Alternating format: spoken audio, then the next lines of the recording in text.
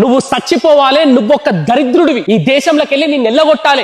మధ్యాహ్న భోజనం ముఖ్యమైనది, చదువు మిధ్యాహ్నమై భోజనంలో గుడ్డెట్టారా గడిది గుడ్డెట్టారా, చదువుకోమని లేకపోతే వెళ్ళిపోమని చెప్పు. కొడుకుడు కోసం వస్తావు నువ్వు. మన ఇంట్లో మన తండ్రో మన తాతో ఒక తప్పు మాట మాట్లాడినంత మాత్రాన తను చెప్పిన మంచి మాటలు మర్చిపోయి ఇంగిత జ్ఞానం లేకుండా నువ్వు చచ్చిపోవాలి, నువ్వొక్క దరిద్రుడివి, ఈ దేశంలోకి వెళ్ళి నిన్ను ఎల్లగొట్టాలి అని వయసుకి గౌరవం ఇవ్వకుండా తిట్టేస్తావా? లేదా మాట్లాడింది తప్పు, ఇంకోసారి ఇలా మాట్లాడకండి అని మర్యాదగా చెప్తామా? గరికపాటి గారు మాట్లాడిన తీరులో తప్పుంది, కానీ తన ఉద్దేశం ఏంటి? దృష్టి తిండిపై కాదు చదువుపై పెట్టండి అన్నాడు. మాట్లాడింది తప్పే, కానీ ఇదే సోషల్ మీడియాలో చిన్న పిల్లలపై అసభ్యకరంగా మాట్లాడిన వాళ్ళు ఉన్నారు. మన దేశంలో ఉంటూ శత్రు దేశాలకు సపోర్ట్ చేస్తూ వీడియోలు తీసే వాళ్ళు కూడా ఉన్నారు. మన ధర్మం గురించి నోటికొచ్చినట్టుగా బాగే వాళ్ళు కూడా ఉన్నారు. అరే అదంతా పక్కన పెట్టండి. అన్నం పెట్టి పెంచిన తల్లిదండ్రులను ఇంత ముద్ద ఇంత స్థలం ఇవ్వలేక వృద్ధాశ్రమాల్లో వేసే పిల్లలు కూడా ఉన్నారు. ఇదే గరికపాటి గారు తల్లిదండ్రుల విలువ గురించి ఎంత గొప్పగా మాట్లాడారు, మన దేశం గురించి ఎంత గర్వంగా చెప్పారు. ఎంతో మంది ప్రజలకు మన ధర్మం యొక్క గొప్పతనాన్ని తండ్రిలా బోధించలేదా? సోషల్ మీడియాలో జరిగే తప్పుల ముందు ఆయన మాట్లాడిన తప్పు ఒక తప్పేనా?